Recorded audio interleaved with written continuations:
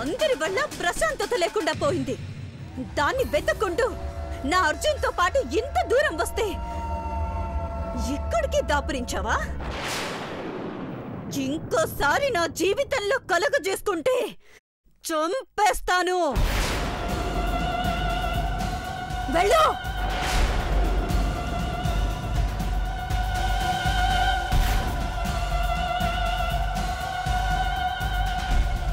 గీతమ్మా, నువ్వు చేసేది తప్పు.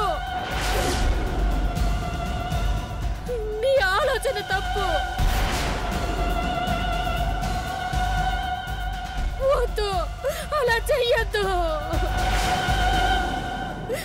ప్రాణంగా ప్రేమించిన వాడి ప్రాణాలకే ఎసరు పెట్టద్దు. వద్దు, అలా చెయ్యొద్దు.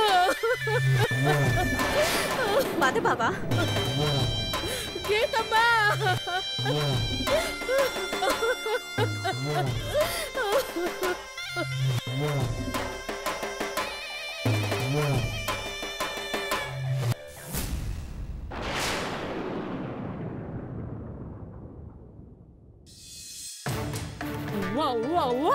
అమ్మాయి వెళ్ళిపోతే లేచిపోయిందంటారు, అబ్బాయి వెళ్ళిపోతేనేమో పారిపోయాడు అంటారు.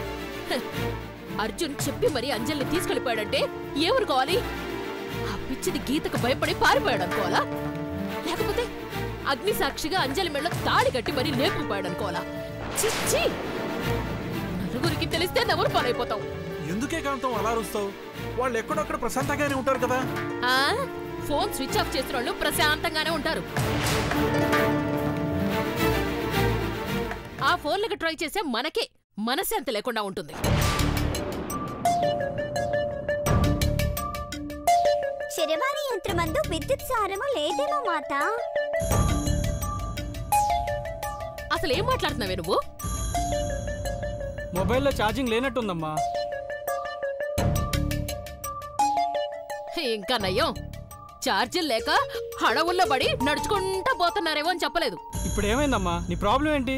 మీకేం ప్రాబ్లం లేదనుకుంటున్నారేమో. ఆ దెయ్యం మొహంది గీతొచ్చి అర్జున్ ఎక్కడా అని ఇదిగో ఇక్కడ నెత్తి మీద కూర్చొని నిలదీస్తుంది.